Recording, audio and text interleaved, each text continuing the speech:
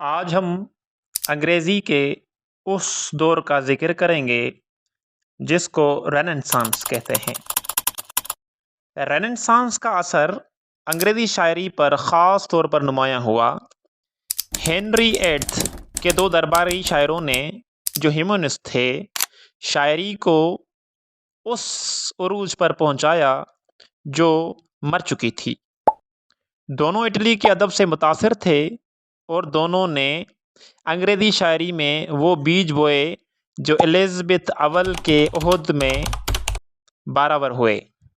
دونوں کم عمری میں مر گئے اور ان کی تحریک بلوغ کو نہ پہنچ سکی۔ یہ سر تھامس یارٹ اور ہنری ہاورڈ اور ارل آف سرے تھے۔ ان کا کلام ان کی زندگی میں نہ چھپ سکا۔ سرے کے قتل کے 10 برس بعد 1557 میں نظموں کا ایک مجموعہ چھپا جس کا نام تھا ٹوٹلز مسلینی، اور جس میں ان دونوں شاعروں اور کچھ دوسرے معمولی شاعروں کی نظمیں تھیں۔ سر تھامس یارٹ فرانس اور اٹلی میں مقیم رہا اور 1567 میں اٹلی سے واپس آ کر اس نے اپنے ملک کی شاعری کو اٹلی کی شاعری کے برابر لانے کی کوشش کی۔ انگریزی شاعری میں نفاست اور ترنم پیدا کرنا اس کا خاص مقصد تھا۔ انگریزی شاعری کا عروج خاص توجہ کا محتاج تھا۔ پہلے پہل اس نے اپنے عروج میں صرف سلیبل سسٹم کا حساب رکھا، لیکن اس تجربے کے تحت لکھی ہوئی نظمیں کامیاب نہ ہو سکیں۔ آہستہ آہستہ اس نے ایک آہنگ پیدا کیا اور اٹلی کے وہ اصناف سخن رائج کیے جن کا انگریزی زبان میں وجود نہ تھا۔ دانتے کا طرزہ ریما جو دانتے نے ڈیوائن کامیڈی میں استعمال کیا تھا، اور کئی اور اطالوی عروج انگریزی میں داخل کیے، مگر اس کا نام خاص طور پر پیٹرارک کے سونٹ کے ساتھ وابستہ ہے۔ اس صنف کی خوبصورتی اس کی غنائی شاعری کے لیے موزونیت اور اس میں ذاتی خیالات اور جذبات کے انکشاف کی رسم نے یارٹ کو گرویدہ کر لیا۔ اس کے سونٹ نے انگریزی غنائی شاعری کو پھر سے زندہ کر دیا۔ اس نے زیادہ تر پیٹرارک کا ترجمہ کیا ہے یا اس کی نقل کی ہے، مگر الفاظ کے استعمال، استعاروں کی مناسبت ادا کی، نزاکت اور اختصار نے ان میں ایک فنی کیف پیدا کر دیا ہے۔ یارٹ کا کوئی سانٹ اول درجے کا نہیں ہے۔ وہ تمام تر پیٹرارک کے تصورات، خیالات اور جذبات لاتا ہے۔ کچھ سانٹس میں وہ خود بھی نمایاں ہوتا ہے اور معلوم ہوتا ہے کہ اس کی فطرت محبت سے زیادہ جھگڑنے کے لیے موزوں تھی۔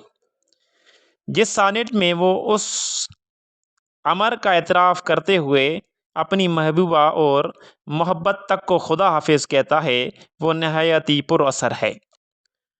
اس کی فطرت طنز نگاری کے لیے زیادہ موزوں تھی اور اس نے طنزیہ نظمیں لکھیں۔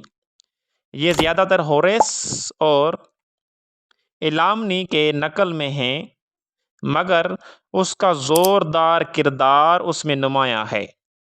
وہ دربار سے نکلنے کے بعد ان سب برائیوں اور پریشانیوں کا ذکر کرتا ہے جو اس نے مشاہدہ کی تھی۔ وہ ان جوانوں کا مذاق اڑاتا ہے جنہوں نے پیسے کے لیے بیواؤں سے شادی کی۔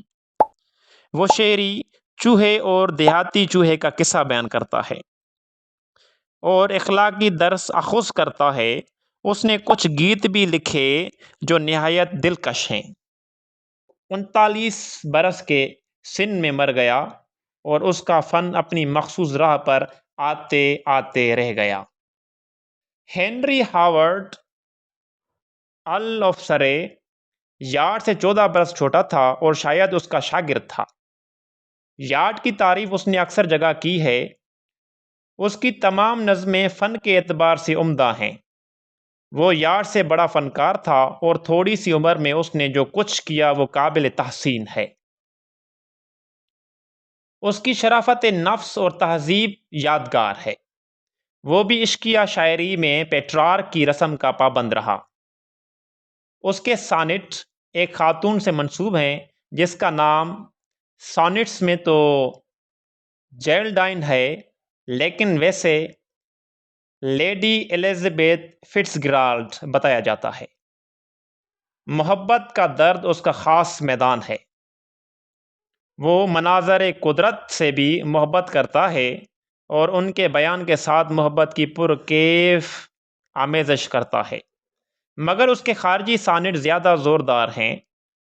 ان میں کچھ بیش بہا اضافے ہیں، ان میں خیالات کا اختصار سے بیان، ترکیب کا زور اور ایک شاندار ترنم ان کو دائمی قیمت دیتا ہے۔ کچھ سانٹس اس نے جیل میں بھی لکھے جب وہ بادشاہ کے حکم سے قید کر دیا گیا تھا۔ ان میں مناظر قدرت، قدمہ سے دلچسپی، محبت میں ناکامی کے اظہار ملتے ہیں۔ ایک نظم جس میں وہ بچپن میں بادشاہ کے بیٹے ڈیوک آف رچمنڈ کے ساتھ گزارے ہوئے دن یاد کرتا ہے، ذاتی جذبات کے اظہار میں خاصی شدت کے حامل ہیں۔ اس نے سانٹ کو ایک نئی ترکیب دی جو شیکسپیرین سانٹ کے نام سے مشہور ہے، کیونکہ یہ ترکیب شیکسپیئر نے ہی استعمال کی تھی۔ اس نے جیل میں ورجل کی اینیڈ کا بلینک ورس میں ترجمہ کیا۔ اس طرح انگریزی میں یہ صنف وجود میں آئی۔ سرے کی بلینک ورس اگرچہ خام ہے مگر اس میں ایک شکوہ ضرور ہے۔ اس طرح وہ انگریزی ڈرامہ اور ایپک شاعری کے لیے مخصوص عروضی ذریعہ بھی تیار کر گیا۔ وہ 30 ہی برس کا تھا جب اسے قتل کرا دیا گیا۔ اس کے بے وقت موت سے انگریزی شاعری کو بڑا نقصان پہنچا۔ یارٹ اور سرے کے نام ہمیشہ کے لیے ایک دوسرے کے ساتھ ہو گئے ہیں۔ ان کے معاصرین کی شاعری بہت ہی گری ہوئی ہے اور صرف دو کچھ زور رکھتے ہیں۔ تھامس سیکوائل اپنے انڈکشن کی وجہ سے نمایاں ہے۔ بعد میں اس نے دی مرر آف میجسٹریٹ لکھی جو انگلستان میں تاریخی حیثیت رکھنے والے بڑے لوگوں سے متعلق وبال اور بدقسمتی کی کہانیاں ہیں۔ اس نظم کی حیثیت بس اتنی ہے کہ یہ نظم ہے۔ سیکوائل کا عروج اور اس درجے پر ہے کہ اسے چوسر اور اسپینسر کے درمیان کی کڑی کہا جاتا ہے۔ دوسرا سر ولیم گیسوکوئن ہے جس کی طنزیہ نظم اسٹیل گلاس نہایت صحیح نظم بلینک ورس میں لکھی ہوئی ہے اور جس میں اس نے جدید دور کو خوب مطعون کیا ہے۔ سر ولیم کی تاریخی اہمیت یہ ہے کہ اس نے انگریزی کا پہلا افسانہ، پہلا نثری تربیہ یا کامیڈی، پہلا المیہ یا ٹریجڈی، پہلی مکمل طنزیہ نظم اور پہلی عروض کی کتاب لکھی، لیکن ان سب کی فنی اہمیت کچھ نہیں ہے۔